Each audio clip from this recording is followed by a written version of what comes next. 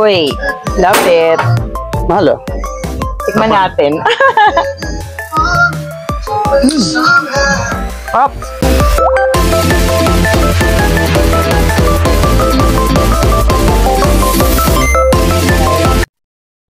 Marahay na aga, mga kalakwatsa! So eto, papunta kami ngayon sa Sumlang Lake, located in Hamilig, Albay. So ayan, hinalilihan ko muna si Love na mag-drive para hindi siya masyadong mapagod kasi mahaba pa tong adventure namin buong maghapon. So syempre, eto, bibili lang muna kami ng ticket dito sa admission ticket, dito sa may entrance. Ayan. Eto si Love. Ayan, meron na. So ayan, samahan niyo na kami, guys.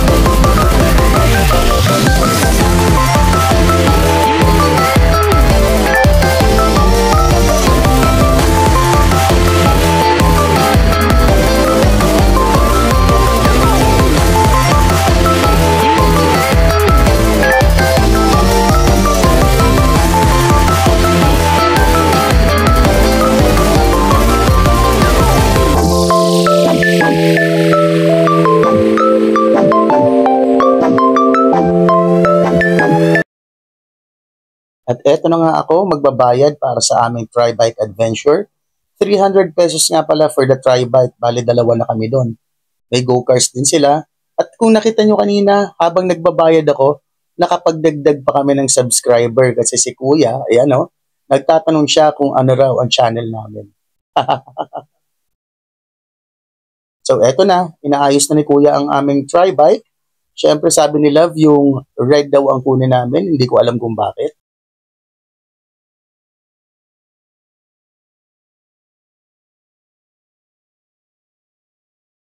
Hello guys, good afternoon. Hello. Mga kalakwatsa dyan. Ayun, So andito na kami sa Sumlang Lake. Andito si Love. nagsasagwa. Nagsasagwan. Mhm. Ayun, sakay kami dito sa pare siyang Tri-bike. Tri-bike, ayan. Nakakatuwa. Actually, choice namin, may dalawa kaming choice. Parang pinag-iisip pa namin kung sasakay kami ng balsa, kasama syempre yung nagro-roll ng balsa with us, or eto sasakay kami dito. Eh, matagal na akong curious dito kasi nakikita ko nga siya sa videos, ganyan. So, ayan, finally, with Love, nakasakay na ako dito. Ayun. Ang sarap pala ng feeling pag may taga-ano ka. Alam nyo guys, itong Sumlang Lake, pag bibisita kayo dito sa Albay, isa ito sa dapat yung puntahan. Yeah. Napakaganda ng tanawin, napakaayos tingnan, and you get one of the best views of Mayon Volcano. And sabi ko nga kanina, alam mo naman si Mount Mayon. Ayan o. Mahiyain. Nasa likod lang namin siya, pero 75% Love, no? Natatakpan siya ng clouds ngayon. So here in Sumlang Lake, they offer different types of adventures. Meron silang kayaking, meron silang go-kart, pero manual lang, hindi pedal. They also offer ATV rides. Meron din silang balsa. Yeah. So entrance is just 100 pesos per head for adults. And they have a nice parking spot na hindi mahihirapan yung mga sasakyan nyo. Yeah, and what's good about this place, even if you're using a sedan, hindi siya mahirap puntahan. Ayun. Napakaganda ng tanawin, napaka-peaceful. Worth it yung pinunta nyo sa Bicol pagpunta nyo dito sa Sumlang Lake.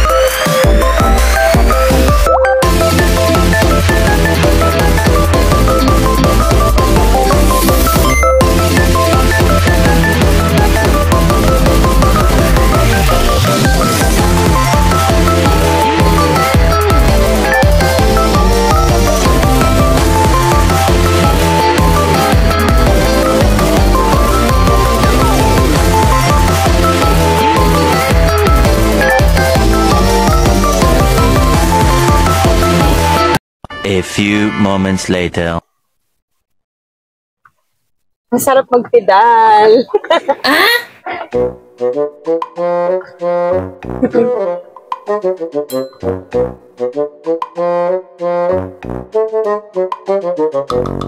At katatapos nga lang namin sa aming water activity, grabe. Kung makita nyo lang yung itsura ng damit ko, para akong nag-gym. Grabe yung pawis ko, love. Totoo, ako din Nakakapagod pala siya, yung pagpedal mo dun sa tri-bike, and then sumabak pa ako dun sa manual na go-kart. So, pero super enjoy, no? Enjoy siya.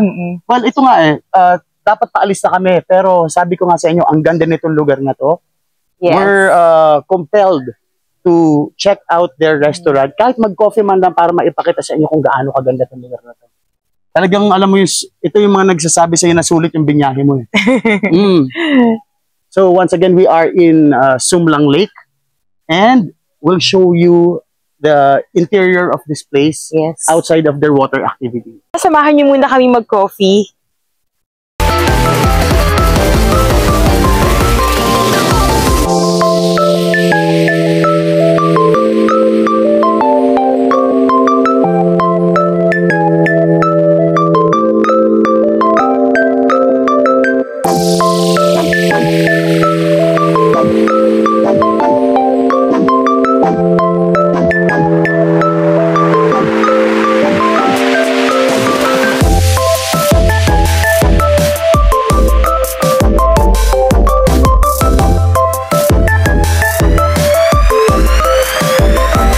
So, ito nga yung mga pili nuts na abundant dito sa Bicol Province. Ganito itsura ng pili nuts, guys. So. Yung mga masasarap na ginagawang pili tarts. Ayan siya. Ito siya. And here in Sumlang Lake, they'll give you an opportunity, to get a taste of how nut cracking works. Yep. So for 3 nuts, they'll charge you 20 pesos. And ganito nga ang pagpasig sa kanya. Uy, love it. Mahal, Tikman natin. Hop. Isa pa. So, ingat lang tayo sa kamay natin kasi, of course, diba?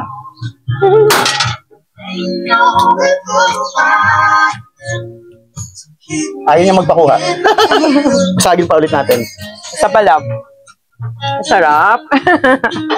Kasi usually, ang natitikman ko na made of pili nuts yung mga pili tarts, ganyan. Ito first time kong na-experience na yung bubuksan sa harap ko. Sarap, diba? Fresh. Thank you po, Nay. Thank you so much, Nanay. Hello, guys. Ayun, so andito kami sa pasalubong center ng Sumlang Lake. And ayun, bibili lang muna kami ng drinks kasi nauhaw nga kami sa pagpipedal. So, anong binili natin, love? Calamansi juice. So, 60 pesos. Ayan. Dito. Nakakatuwa dito, love, oh. Ito yung pasalubong center nila. May mga bracelets. Yes. Ayun, tapos, candies. Ay, ito yung mga pili nuts nila, love, oh. Ayun. Mga nuts. Iba-ibang, flavor. May sweetened, honey crisp roasted. O then, chili, nilagyan nila, pinagsama yung dalawang product ng Bicol. Chili and pili nuts. Actually, pag tinignan mo yung Pili tart, my favorite. Yung logo, na-encounter na natin yan yung nasa Taal tayo. At ito, one town, one product. Ito? Tama nga ba? Ayan, one town, one product. Ayun. Ito siya. Ano to? Bicol Express? Ano to, te? Preserved. Ay, okay. Para siyang yung parang side dish. Hindi siya, parang siyang instant Bicol Express. Parang siyang, ano yung favorite mo na binibil mo sa office? Pastil? Pastil, pero Bicol Express siya. Ano to? Wow, look at, Coco jam. Sarap tingnan. May suka sila. How I wish taga dito ko. Mahilig kami dito ng family ko. So, love, let's visit the restaurant. Mag-coffee muna tayo. Okay. Thank you po. Thank you po.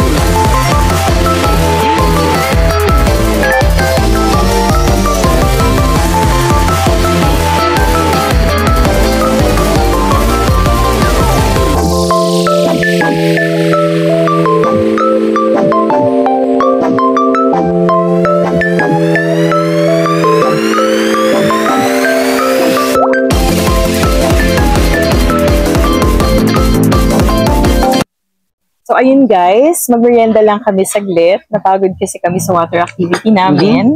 And then we'll go na sa Cagsawa Church. Ayun, and this concludes our Sumlang Lake adventure. Off to our next spot. Yep. And of course, isasama namin kayo. Of course. Once again, if you guys like this kind of video, please do not forget to like, share, and subscribe as it will help boost our channel. Later. Bye-bye. Bye.